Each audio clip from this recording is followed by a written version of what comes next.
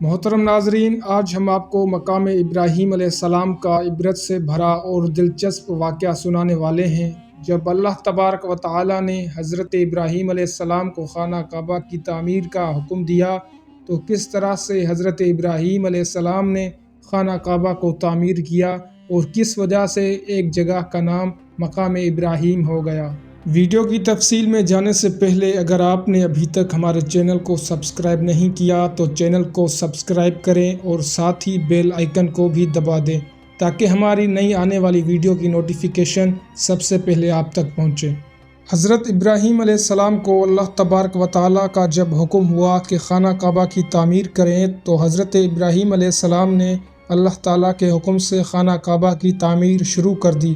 تعمیر شروع کرتے وقت جب خانہ کعبہ کی دیواریں حضرت ابراہیم علیہ السلام کے سر سے اونچی ہو گئی اور آپ کے لیے مزید پتھر لگانا مشکل ہو گیا تو اس وقت حضرت ابراہیم علیہ السلام کے ایک معجزے کا نزول ہوا جو کہ ایک پتھر کی شکل میں تھا، جس کو آج مقام ابراہیم کہا جاتا ہے۔ یہ ایک مقدس پتھر ہے جو کعبہ شریف سے چند گز کی دوری پر رکھا ہوا ہے۔ یہ وہی پتھر ہے کہ جب حضرت ابراہیم علیہ السلام خانہ کعبہ کی تعمیر فرما رہے تھے اور جب دیواریں سر سے اونچی ہو گئی تو اس پتھر پر کھڑے ہو کر آپ علیہ السلام نے کعبہ شریف کی دیواروں کی تعمیر کو مکمل فرمایا۔ یہ آپ علیہ السلام کا ایک معجزہ تھا کہ یہ پتھر موم کی طرح نرم ہو گیا اور آپ علیہ السلام کے دونوں مقدس قدموں کا اس پتھر پر گہرا نشان پڑ گیا۔ اس طرح حضرت ابراہیم علیہ السلام آسانی کے ساتھ مزید پتھر لگاتے جاتے اور خانہ کعبہ کی تعمیر فرماتے جاتے۔ آپ علیہ السلام کے قدموں کے مبارک نشان کی بدولت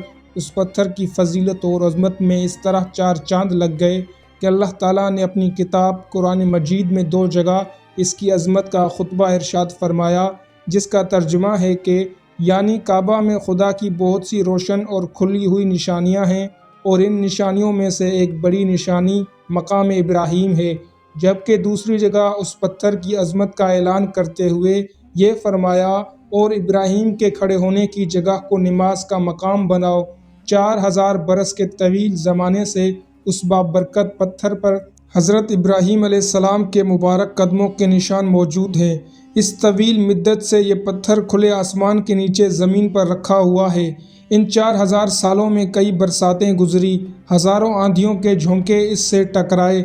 کئی دفعہ حرم کعبہ میں پہاڑی نالوں سے برسات میں سیلاب آیا اور یہ مقدس پتھر سیلاب کے تیز دہاروں میں ڈوبا رہا، مگر اس کے باوجود آج تک حضرت ابراہیم علیہ السلام کے قدم مبارک کے نشان اس پتھر پر موجود ہیں، جو کہ بلا شبہ حضرت ابراہیم علیہ السلام کا ایک بہت ہی بڑا اور نہایت ہی عظیم معجزہ ہے، اور یقیناً یہ پتھر اللہ کی آیات اور کھلی ہوئی نشانیوں میں سے ایک بہت بڑی نشانی ہے۔